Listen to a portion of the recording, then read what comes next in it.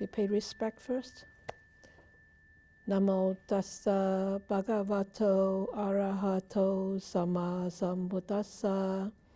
Namo tassa bhagavato arahato sama sambuddhassa.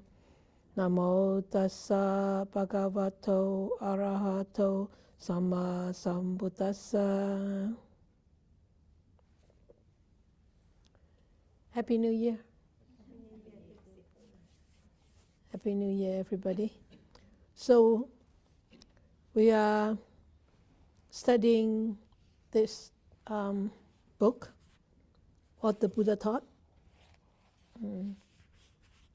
Or this is a paid version.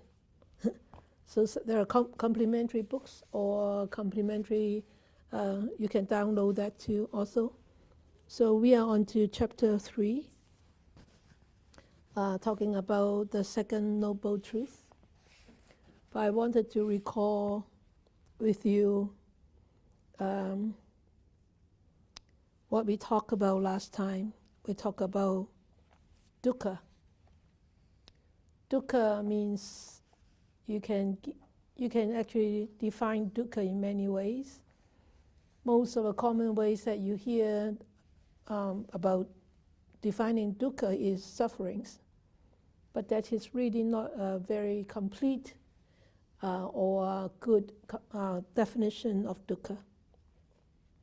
Dukkha could mean dissatisfaction, unhappiness, or sort of emptiness, or sort of miserable, or really suffering, or lamentation or grief. That could all be included as dukkha. So there is actually a very good passage in the book from the last chapter. It's actually the last third paragraph on the last page 28. I think it's the same. The pages are actually the same. That's a good thing about complimentary copies and paid copies, so that I don't have to look for your page.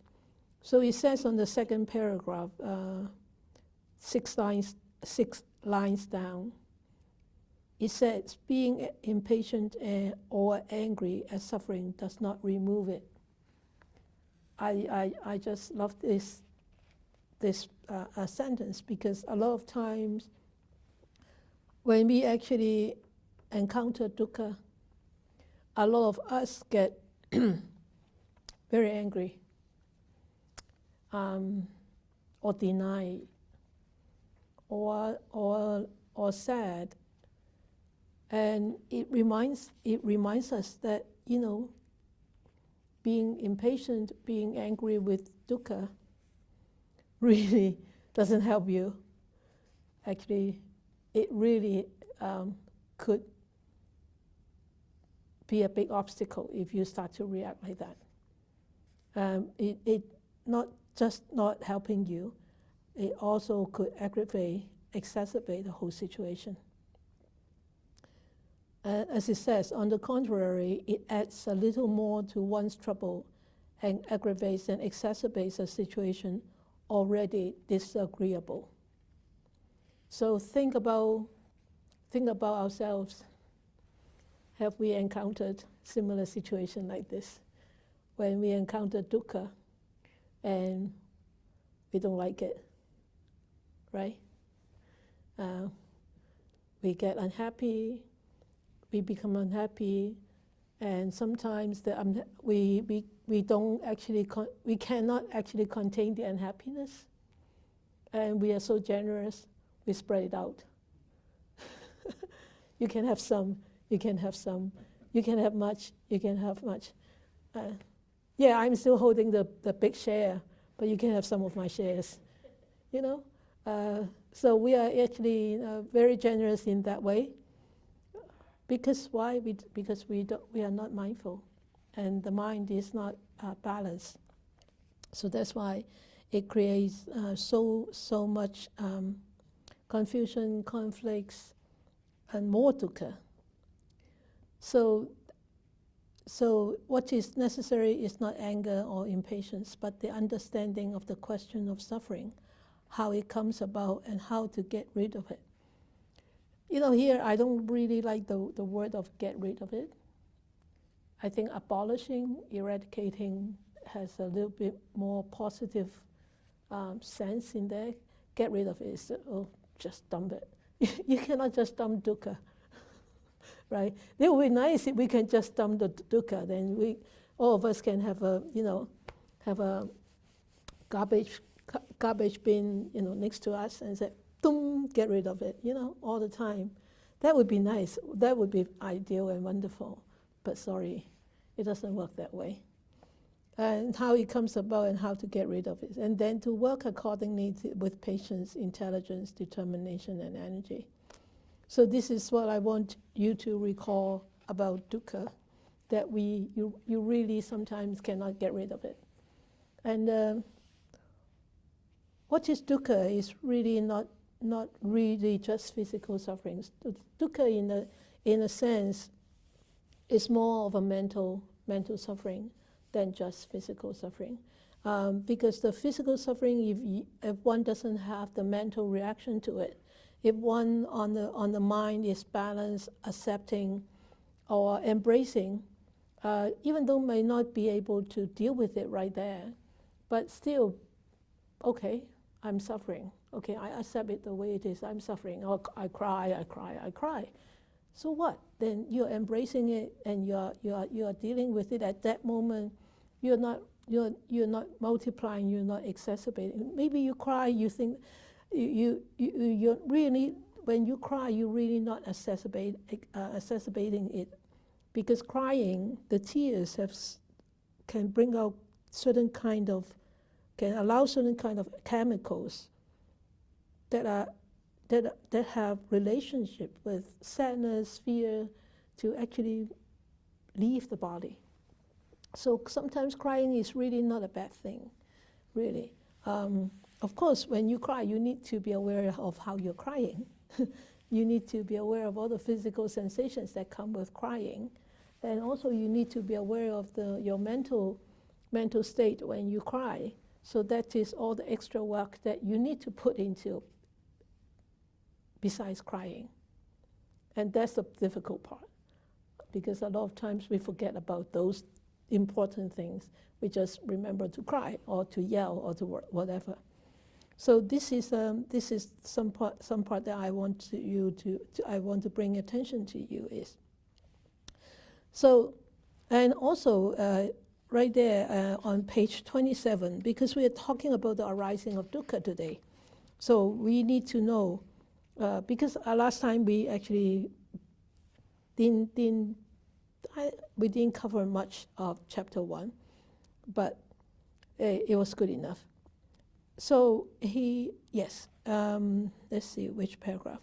The second last paragraph, the third line.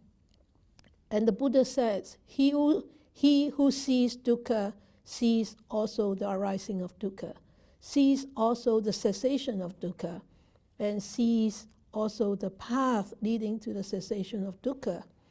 From here, one sees that the Noble Truths are all connected with one another. We are not just touching on one truth or we know everything. No, we really need to start to look at the 4 truths, and they are all interconnected together. And they are there because of specific reason. And they are there in that sequence because of also specific reason that the Buddha was so wise to put it in that sequence. So when he says being impatient or angry, so what is necessary really, we need to be patient and determined and with a very strong mindfulness to deal with dukkha when it arises.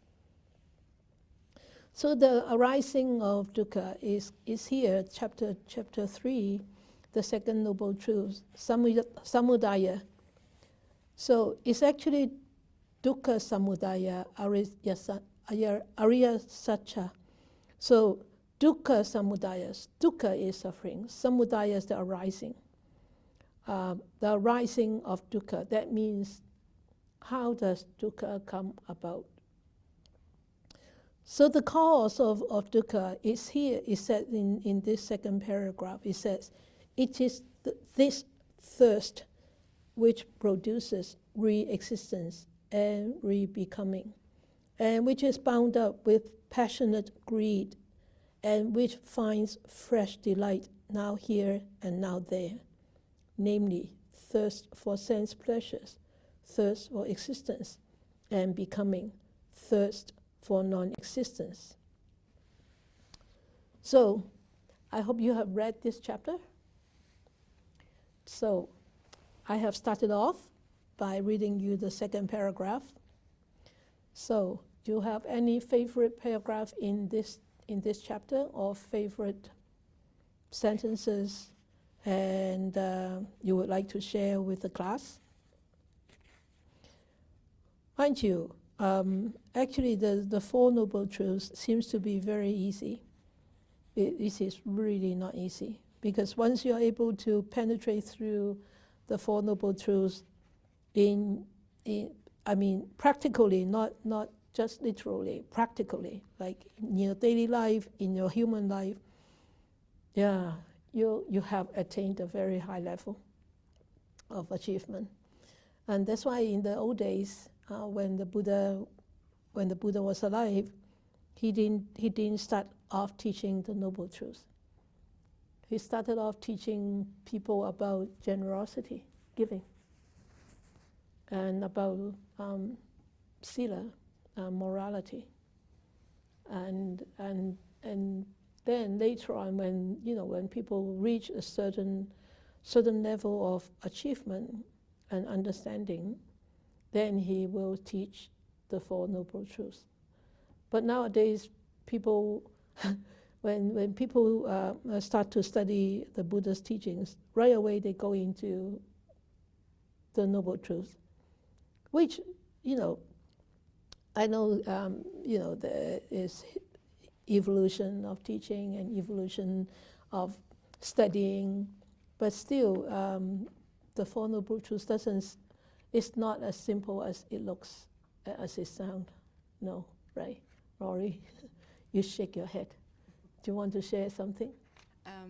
I do have a lot of things that are lined here, and some of them are from the first time I read it. That was like 10 years ago? Yeah, exactly.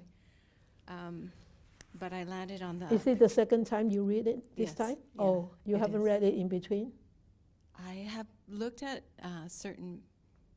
part of it? Pages, but I haven't read the whole thing. I see. So what to choose? I'm going to choose the very last sentence. Page 34. As long as there is this thirst to be and to become, the cycle of continuity goes on. It can only stop when its driving force, this thirst, is cut off through wisdom, which sees reality, truth, nirvana. Yeah. You can see when the thirst is cut off, one actually attains nirvana. That means total liberation. Right. And such an easy sentence. So it just rolls easy, off isn't the it? tongue, so that's why it's so misleading. Oh, so easy, right? Yeah. That's why people got constantly asking, Am I getting there? Will I have experienced nirvana? Or when can I get there? Or I have this experience. Is that nibbanic experience? I don't know. I haven't experienced nibbana myself, so I can't tell you. Right? So yeah, it sounds so easy, isn't it? But it's so difficult. Yeah. And if you remember what we actually study in this book, in the Buddha's words, when we study about the Buddha attaining his enlightenment on the night, that he attained through understanding of the Four Noble Truths. So that look at the Buddha, he has practiced for so long, eons of life, and with his wisdom, he found these teachings so profound. And that's why he said, my teaching is not because he created it. He rediscovered the truth of existence, of the phenomena of the whole universe, of human, of non-human, everything. So he rediscovered the truth pertaining to existence. But he didn't create this truth, because this is the truth of the nature. So he said, my teachings are so profound, nobody will understand, and people wouldn't listen to it, and they won't be able to practice. They won't be able to practice. That's the most important. They may be able to understand the words, like you and me. Oh yeah, as long as there's this has to be and to become, the cycle of continuity goes on. Yeah, we read it. We can read it 1,000 times. It still reads the same. But practically, on our level of awareness, on our level of wisdom, on our level of morality or generosity or samadhi, are we able to do that? Are we getting there? To not to be and not to become. Right? Yeah, it's really difficult, not easy, but it doesn't mean it's impossible. So my favorite line is page 31. The last paragraph, 1, 2, 3, fourth line down, or third line down. We must therefore clearly and carefully mark and remember that the cause, the germ of the arising of dukkha, is within dukkha itself and not outside. And we must equally remember that the cause, the germ of the cessation of dukkha, the destruction of dukkha, is also within dukkha itself and not outside. Yeah, that is my favorite lines too. Yeah, dukkha, a being, a system, a thing or a system, if it has within itself the nature of arising. 31, page 31, the last 4 lines. The nature of coming into being has also within itself the nature, the germ of its own cessation and destruction. And it goes on, it's at dukkha, that means the 5 aggregates, that means it's, this physical body has within itself the nature of its own arising and has also within itself the nature of its own cessation. Yeah, so we are, well, dukkha, yes, is within our life, but the cessation of dukkha is also within this life, inside, within our life. And so in the teachings, it is said, karma, the actions is the field, like the field, like the dirt, like the field. And the consciousness are like the seeds. You know, the consciousness, the eye consciousness, the ear consciousness, the nose consciousness. These consciousness are like the seeds and being thrown into the field. But craving is the moisture. And craving constantly adds water, adds sun, adds fertilizer to the seeds. So the seeds have these nutrients to pop up, to sprout, to grow, to bear fruits. So this karma, who performed the karma? We perform the karma. Who has this consciousness? I have this own consciousness. My consciousness, I cannot give my consciousness to you, nor you can give your consciousness to me, right? So the seeds are my own seeds. The karma is my own karma. And the craving, I cannot give my craving to you, although I can encourage you to crave with me. Hey, let us go for Dairy Queen. I can have 2, you can have 3. He said, no, you can have 4, I can have 1. Yeah, right? We can encourage each other to crave or not crave. but I really cannot crave for you, or you crave for me. So this is what it means, right? It's all in there. It's all in us. And whether to be liberated or to be entangled is all in us too. Nobody can do it for us. So that's why I remember in the Dhammapada, forgot the Dhammapada today. Who is the master of the karma? Yeah, we are. We are the master of our own actions. We are the carrier. We shoulder them ourselves. Nobody can shoulder it for us. Thank you, Eva. That's a very, very good, those are very good lines. Thank you. So when it talks about within itself the nature, the germ of its own cessation and destruction, is that the idea of impermanence, and if that we can be mindful enough to just observe as that's arising, that if we are patient enough, it will cease anyway because that's its nature? That's what it's... It's not just impermanence, it's also a dependent arising, dependent origination. Conditions for it to arise and conditions for it to cease. So So the impermanent is the nature of its existence. But how would it come about is all these conditions that come together to make it favorable for it to come about, right? For it to exist. And if one of the conditions is missing or gone, then what? It starts to disappear. So these are the conditions that bring its existence or to non-existence. But the phenomenon that is displayed through this is impermanent, right? And then in daily life, as dukkha arises, and in my own life, I would say it is mostly the mental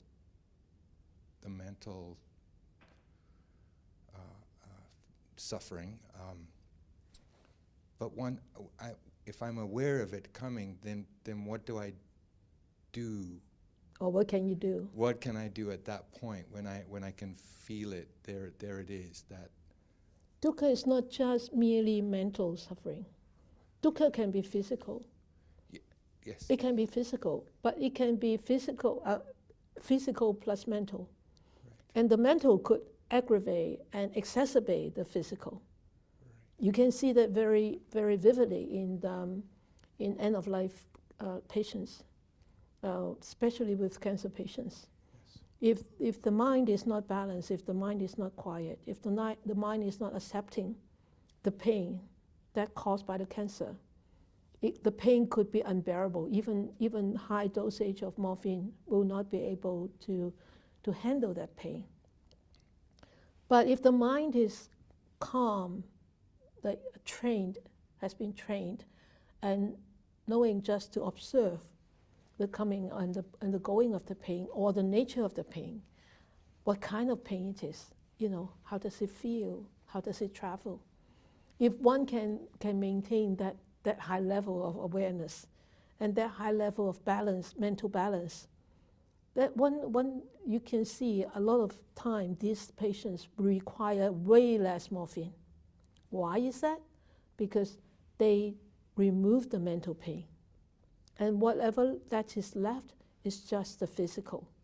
And a lot of times the physical pain is way much easier to handle, way much easier to deal with than mental pain plus physical pain.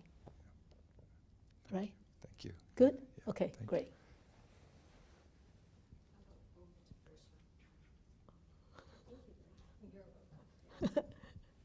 Yeah, I initially... Okay, Ma, you next, okay. Yeah. Oh, sorry. No. Russia, go ahead. I initially wanted to share the same sentence about things arising, and therefore it's within their nature to have cessation. I find comfort in that because I think it makes it easier to accept the fact that things will go, things will stop. I think I just found that comforting. But since that one was already taken, another line I found quite beautiful was, when the aggregates arise, decay and die, O bhikkhu, every moment you are born, decay and die. So this idea that we're a series of movements, and every moment is like a moment of rebirth. Yeah, I think true. that's also very hopeful and very encouraging, that we get that opportunity every moment. Yeah, that becoming is not so scary, right? And sometimes that to be or to become could be scary. Especially, let us go back to take an example of seriously ill people, dying people. Is a lot of times also the unknown of the future. Where am I going? Where am I going to die? How am I going to die? After death, where would I go? All these unknowns, nobody would know. Nobody has died and come back to tell us, hey, come on, you think about this and you'll be there, you think about that, you'll be there. No, nobody, right? We never had experience of people who have died and come back and tell us all these stories. We don't. So and then all these unknowns is such a misery, and unknowns could stir up the pot of fear a lot. Fear. And that, as you say, wow, this, never mind, this moment to moment, to become, I want to become more stable, more embracing, more accepting, and more positive, and looking at the end of life. Then that's becoming. It could be a wholesome becoming rather than an unwholesome becoming. A positive becoming than a negative becoming, right? Yeah, great. Okay, Ma from Zoom. Thank you, Shifu. I just thought about a question. It was just, as you mentioned earlier, about comments like a field, and our aggregates is like seeds, and the thirst or the craving. It's like the moisture. Like moisture, like nutrients. Yep. And I was just wondering, what is the thirst or craving what is that manifested in our life? We want to drink, or we want to do something. What is this? Is that what is that ultimately? Is that a sensation? Is that a thought? What is that in ultimately in our day-to-day life? Oh, I see what you mean. So for example, the thirst. I run a marathon, and I want some water, right? And that is the bodily needs, right? The body needs the replenishing of water, because it's sweated, it's so hot, so it needs, physiologically, it needs the water to dilute all this acid while a person runs marathon. So that's a physiological part.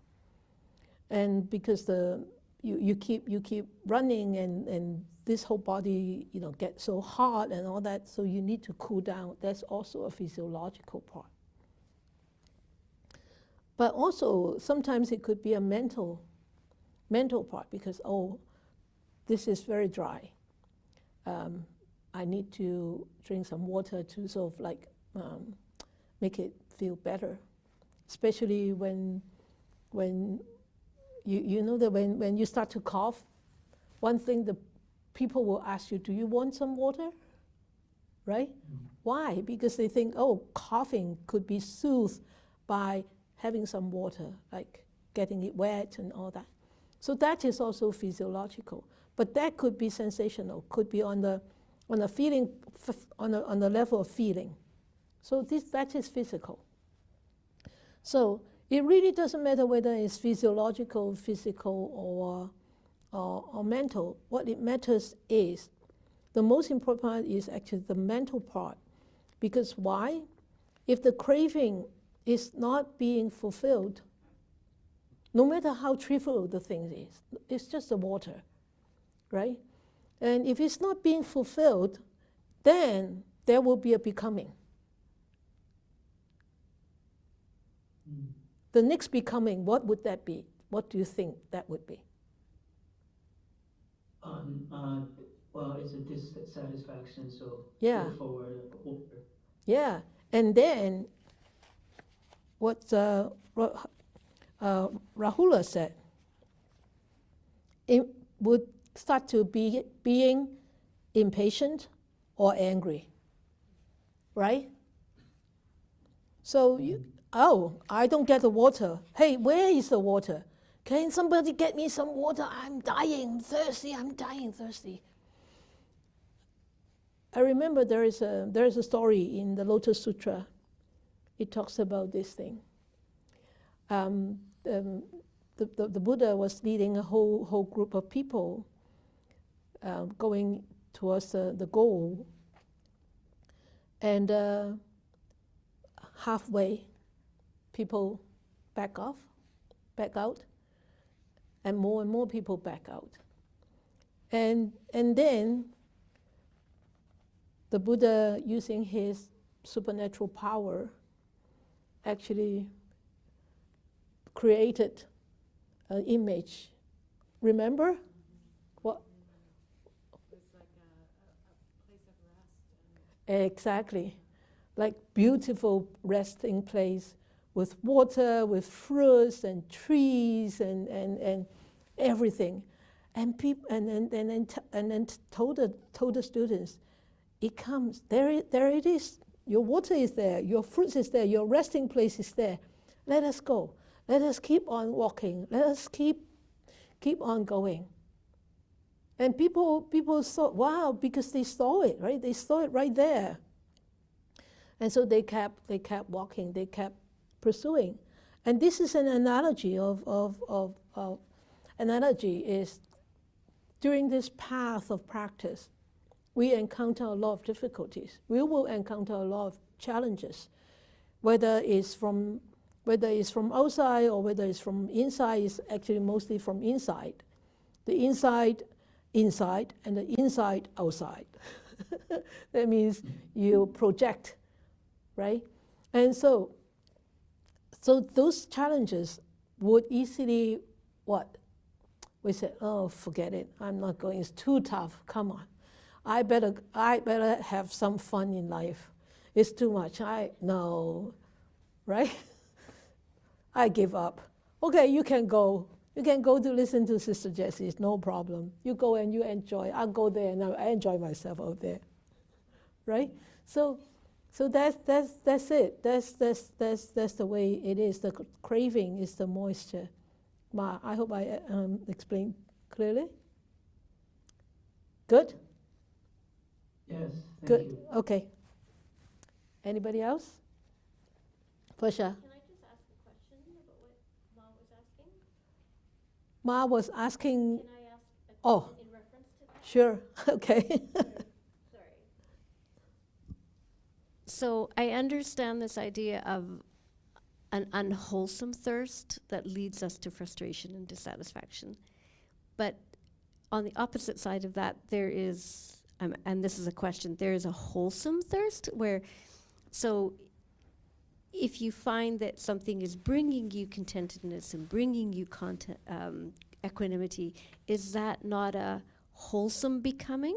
It is. Yeah, okay. Yeah. I wanted to clarify. Yeah, it is. Yeah, wholesome and unwholesome. Yeah. So, if without this thirst, of course, when he says thirst here, he says about there are different kind of thirst. The thirst of sensuality, thirst of thirst of form or thirst of formless existence, right? It says in here.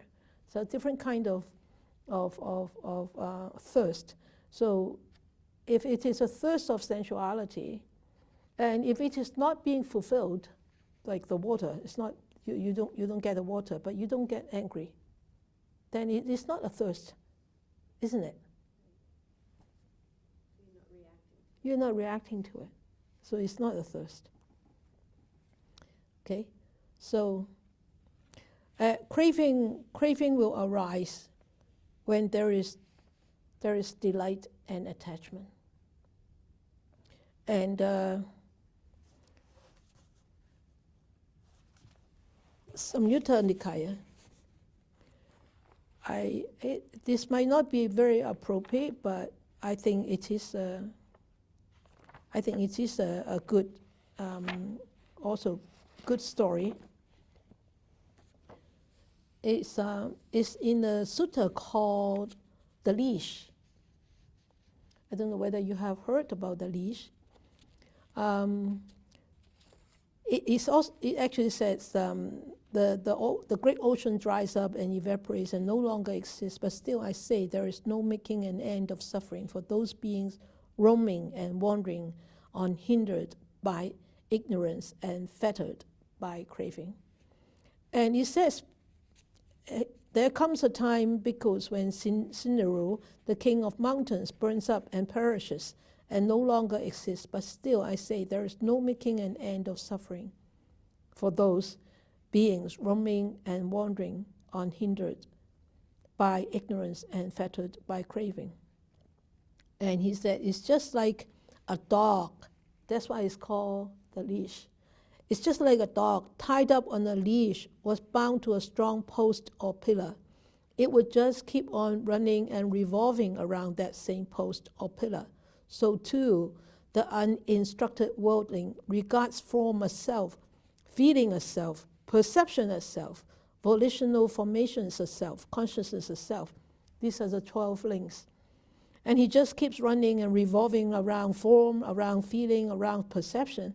As he keeps on running and revolving around them, he is not free from them. So he's not free from birth, he's not free from aging and death. But the instructed noble disciple does not regard form as self, and does not regard feeling as self. But you would say, I don't regard feeling as self, but it does hurt. It does hurt. But remember, I can't remember which sutta it was. The Buddha said, it is a sensation. It is just a sound. A sound is a sound. A sensation is a sensation. A smell is just a smell. But when we start to attach or like or dislike it, then it becomes a noise or a very pleasant sound. It becomes very pleasant food or yucky food, you know? So he said that is an instructed noble disciple. Then he no longer keeps running and revolving around form, around feeling, around perception. As he no longer keeps running and revolving around them, he is free from them. Then he is free from birth, aging, and death. In the future, we would spend maybe one evening talking about the 12 links. Although most of you have heard about the 12 links many, many times.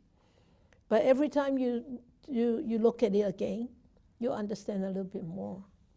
And the more you understand about the 12 links, the more you'll be able to use it in your daily life to remind yourself, oh, this is one of the links. Can I come out of it? You know? And I think it's worthwhile to spend some time studying that 12 links or exploring the 12 links. So when we talk about craving for sensuality, so that's what Wahola said on 29th page 29.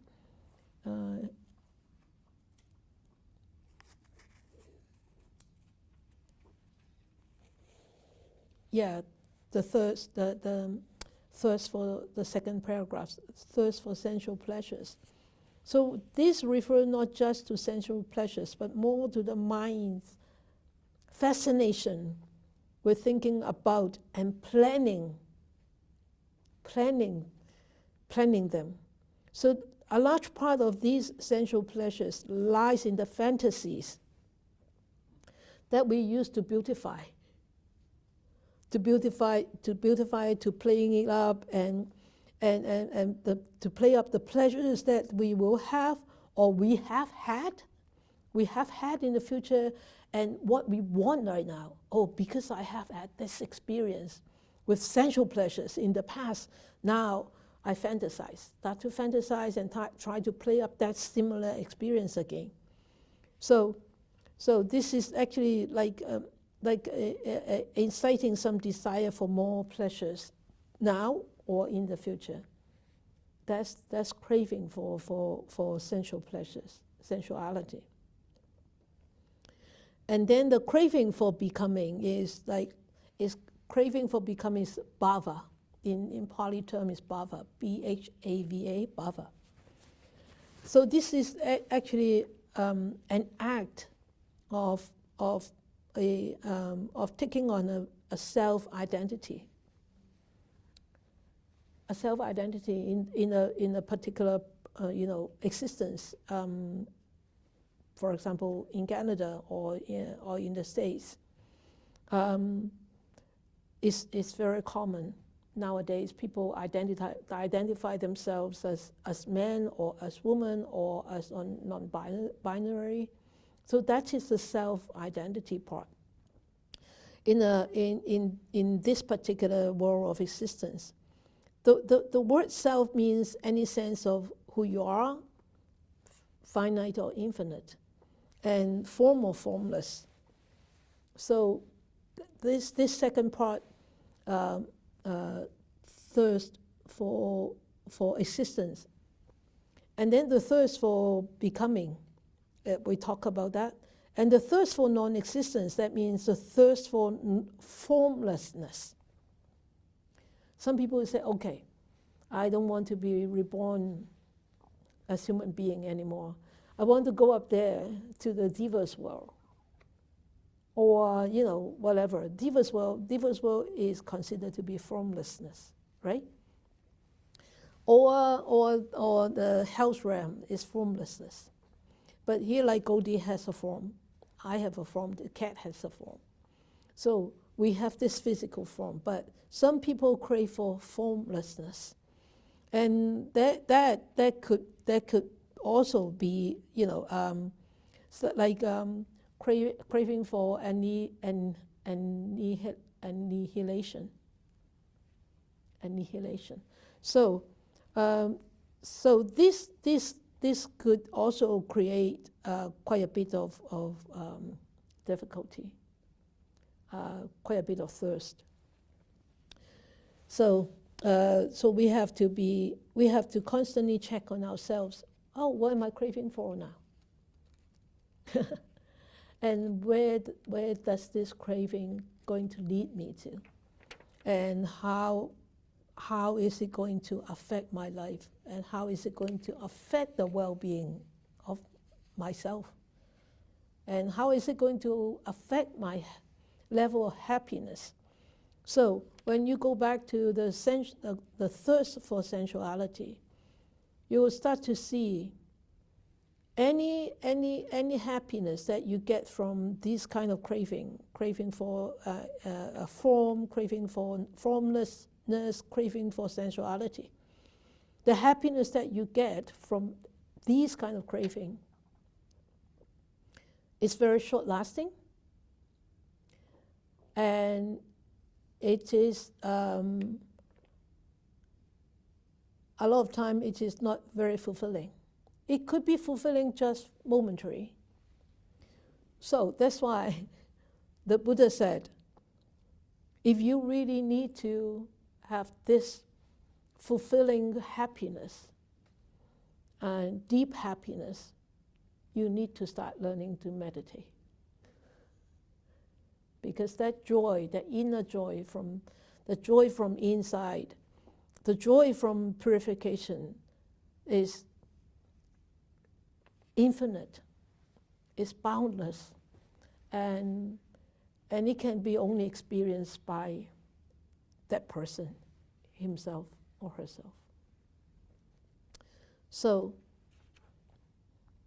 you are going on the right track by meditating, but you need to adopt that into your daily life, your practice, the life, in the practical daily life living. You need to live it with a meditative mind.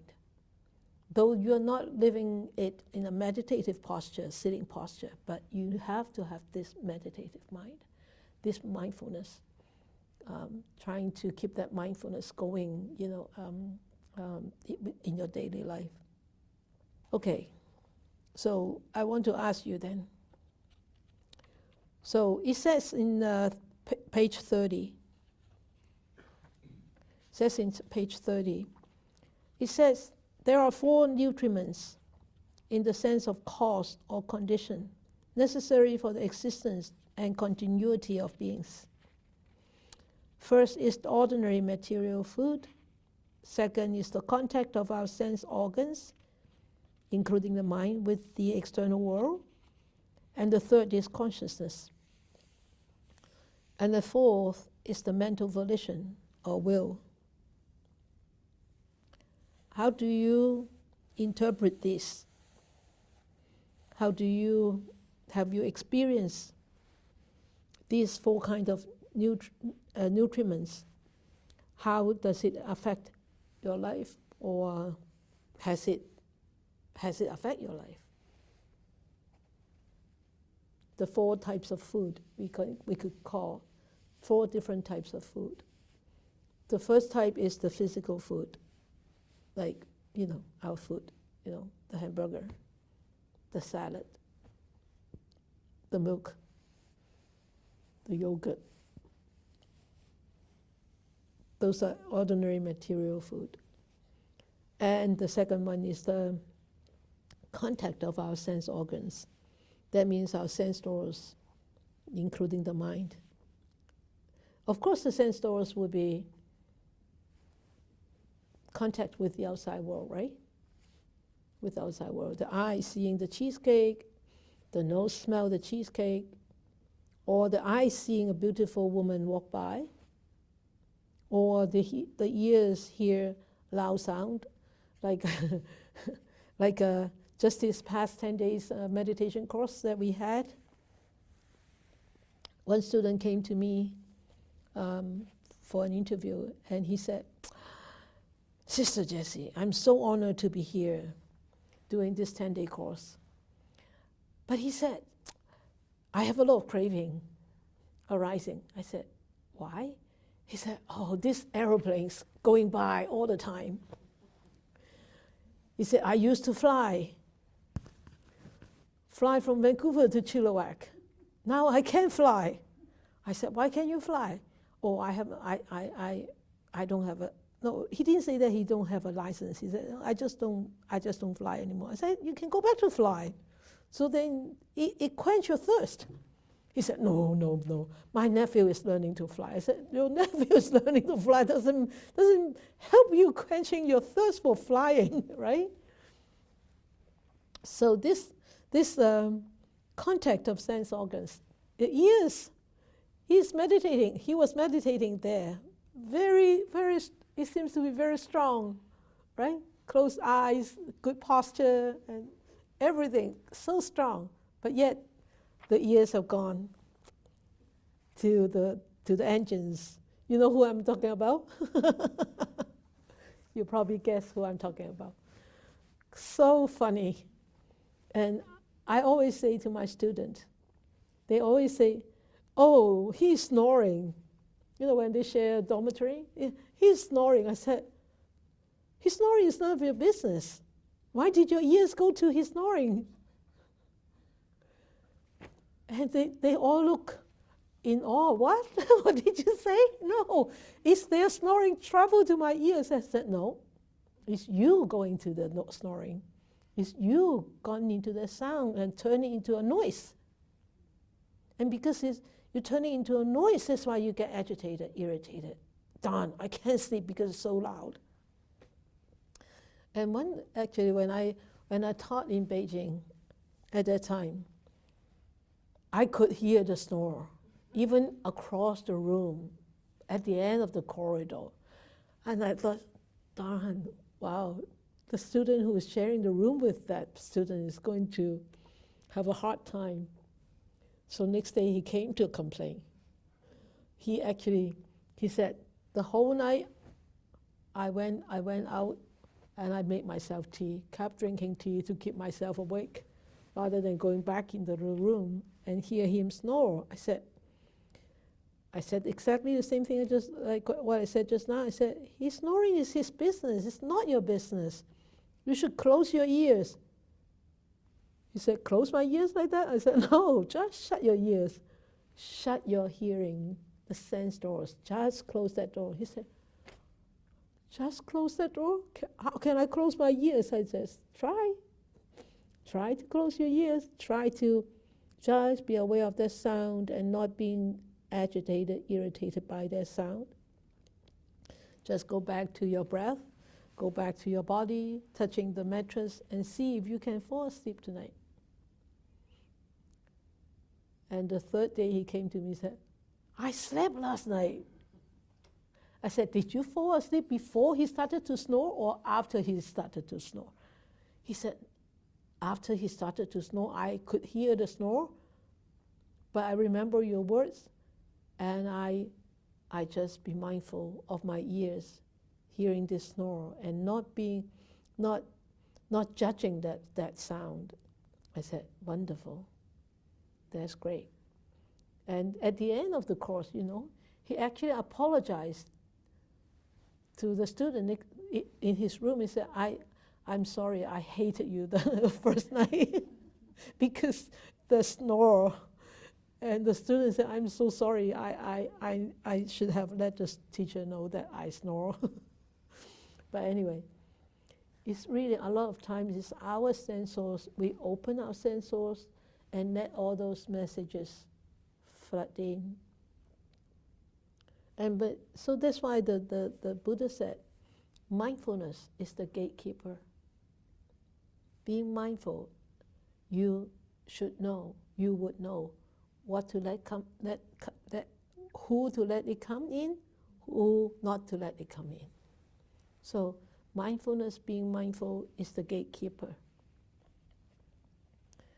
Okay, so that's the ordinary material for the contact of our sense doors with the external world. And then the consciousness. So the consciousness is the eye consciousness, the ears consciousness, the nose consciousness. So these consciousness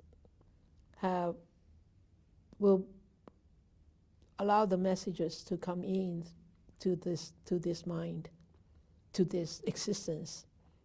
And then right there's this perception that starts to work. Oh, this is a snore. And then we'll start to have the reactive behavior. Then there was a feeling, oh, I don't like this feeling. This very loud, really loud. The feeling of loudness. And then we'll start to have this sankhara, that reactive behavior. I don't like this. I am not going to sleep. If I don't sleep tomorrow, I can't wake up and I cannot meditate. The whole line of becoming, isn't it? Whole line of becoming, a whole stream of becoming, future. It's all because of this consciousness. And can we actually try to transform this consciousness? We can actually transform the perception and also and transform the reactive behavior. We can actually change the reactive behavior, and we can create a new consciousness. I'm not reacting. I'm just being mindful. You can still hear the snore. So that sense source is not completely blocked. You can still hear, but that consciousness is just hearing it. That ear consciousness, just hearing it. And the mental consciousness, just knowing that there is this snore and it's not multiplying the irritation, not aggravating it, not exacerbating it. So that's the third type of food. And the fourth type of food is the mental volition, or the will. So the will to live, the will to exist, the will to not exist, the will to continue, the will to discontinue. This is mental volition. So this actually creates the roots of existence and continuity, and striving forward either wholesomely or unwholesomely. So this mental volition is very tricky, very tricky. And when people commit suicide, they have a very strong will at the time to die. That's the mental volition. But when people are in dear situation, they have a strong will to survive. That's also mental volition. So what kind of food are we going to feed our mind? And what kind of food do we feed ourselves? Then we will see what kind of becoming we will experience. If every day you keep on eating like heavy food and cheesy food and dairy, a lot of dairy food, and you're bound to get all blocked, right? So you're bound to, you know that's becoming, you know that. But because this habitual behavior that we can't just let go of those food, but eat less, right? So you need to learn, you need to know. You need to learn by your experience. Yeah. Sifu, it's making me think about a couple of days ago, I learned that a person I knew very well in the past that I don't have contact with now, ended his life with MAID. Yeah. And so so I have been thinking about this volition and the consequences for him, or I don't even really understand, to tell you the truth. For those who might not be familiar with the word MAID, is medically assisted in dying. It's called MAID in short form. And so,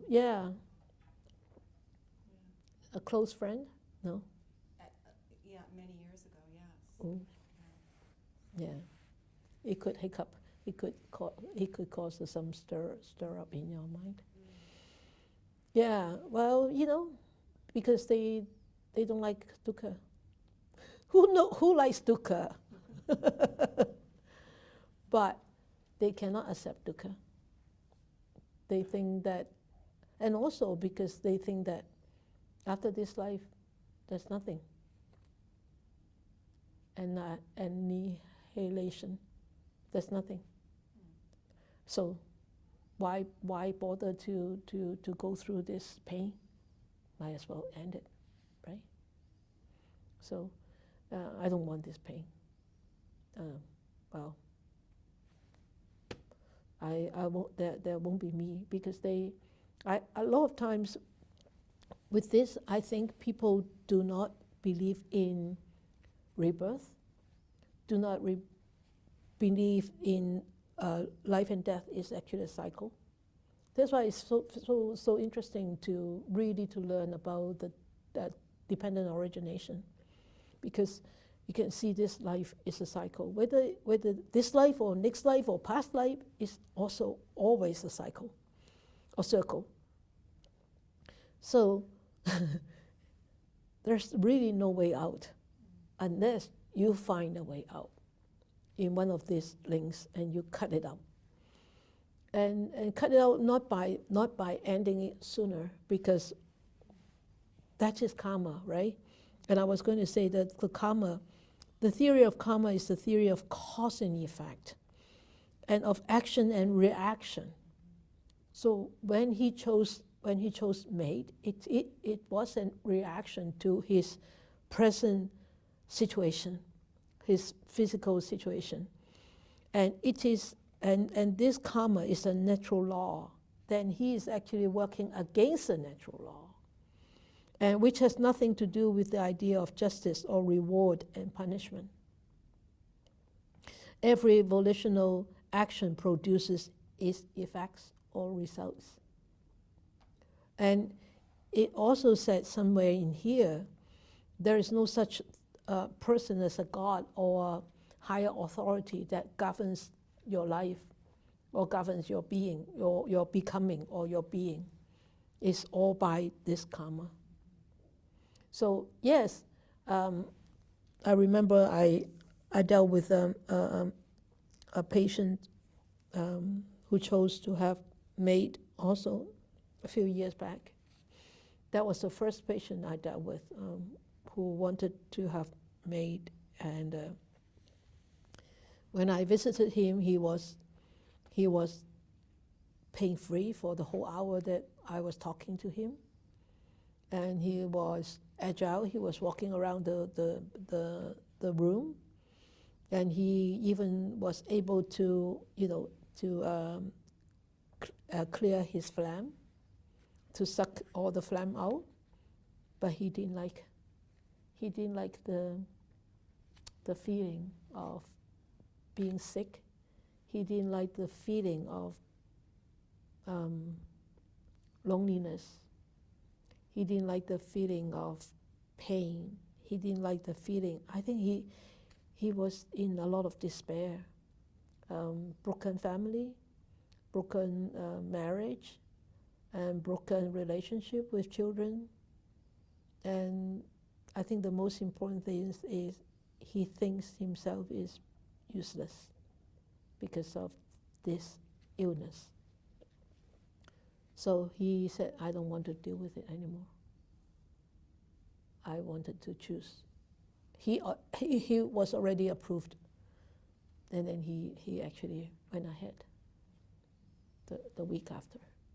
So at that time, after that, I was like you. I contemplated for a long time, because he wanted to see a Buddhist monastic. But during the visit, I did not tell him about this cause and effect thing, because I wasn't meant to be there to give a sermon. I meant to be there to support whatever the patient chooses. So it's not about me, it's about him. So he chose mate, and I respect that. But in my mind, I ask myself, should I have talked to him about cause and effect karma, or should I not? I actually thought for quite a few days, almost a week, about that. I struggled with it. I should have talked to him about cause and effect. But this is sort of like a killing himself, because he was able to do a lot of things. But eventually I came to terms. Eventually I actually reminded myself of my role as a monastic, as a visiting monastic, to support a dying patient. It's not what I want to give. It's what he needs from us. So that actually, after that, it actually soothed my whole worries. Everything just balance off. Yeah. You have something to say, Dave? Yeah, I wanted to go back to the snoring. Very, take a mic. Yeah. And I wondered about how you might think about the idea of giving metta to the snoring. The idea of giving metta to the snoring.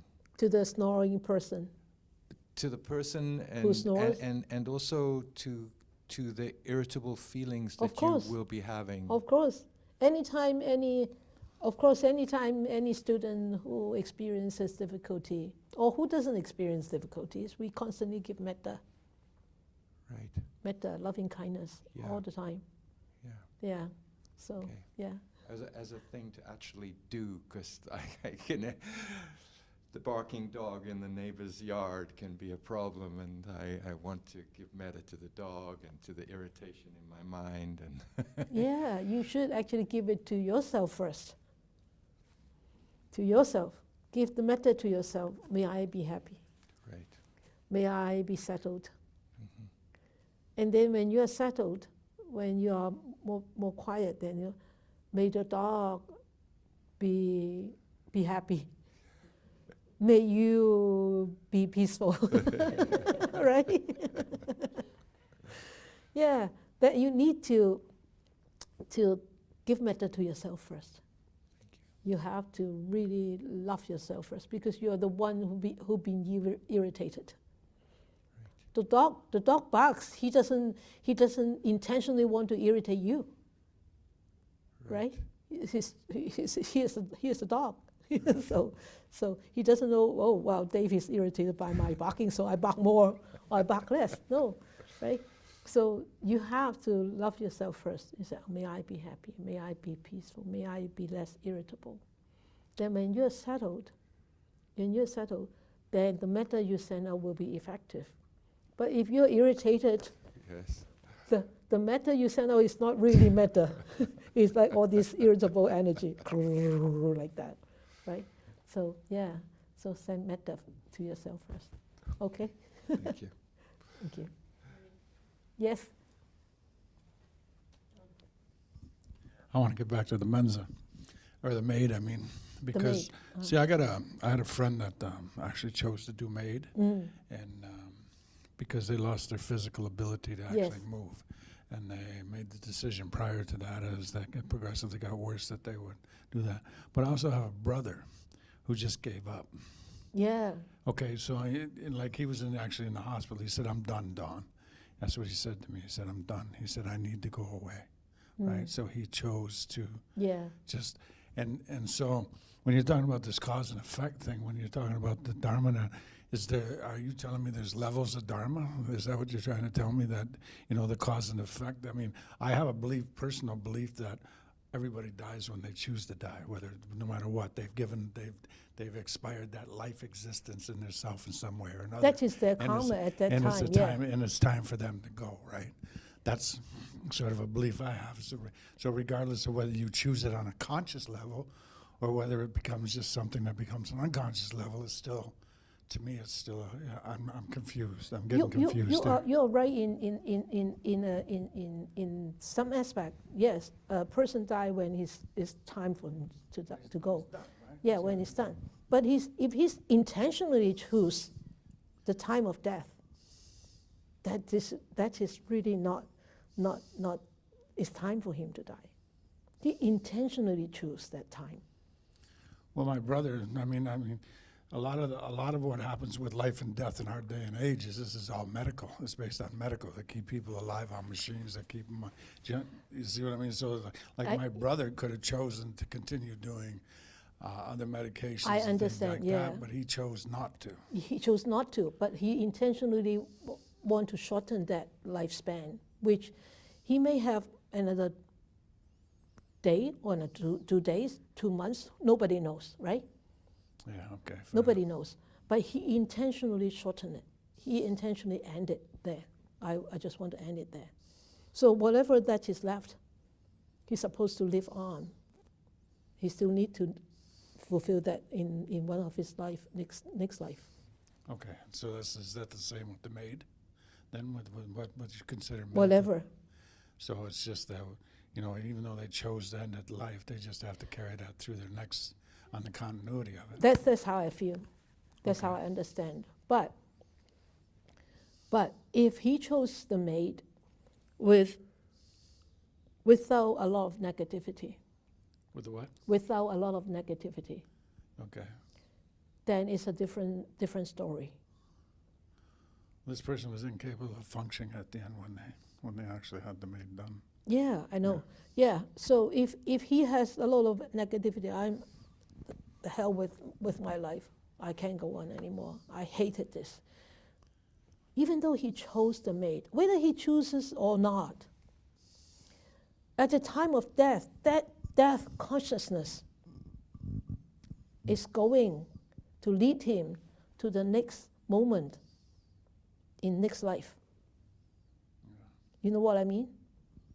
When we talk about the 12 links, you will understand a bit more.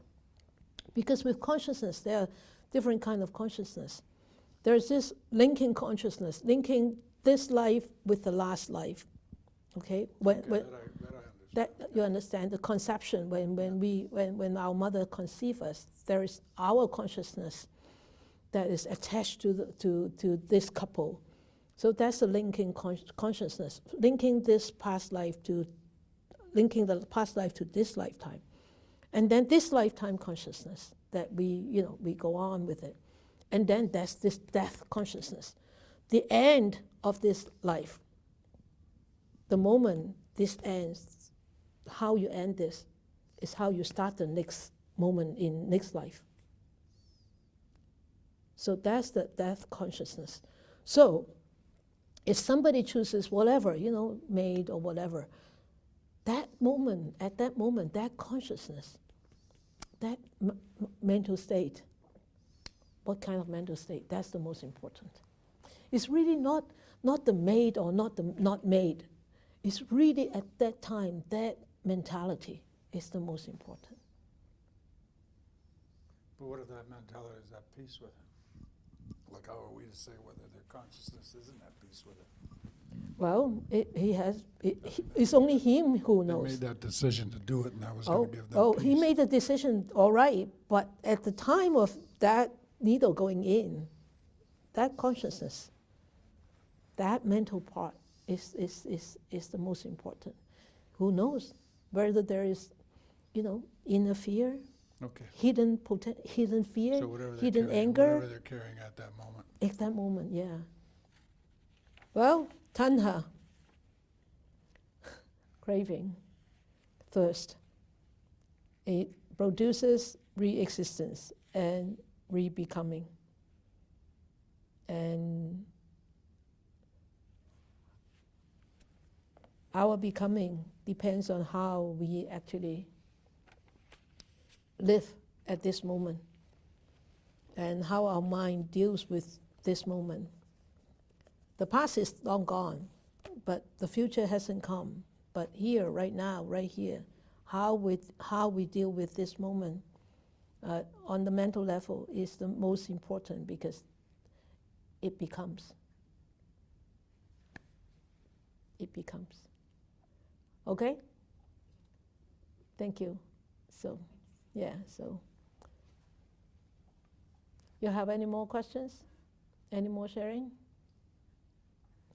No? Okay, all right.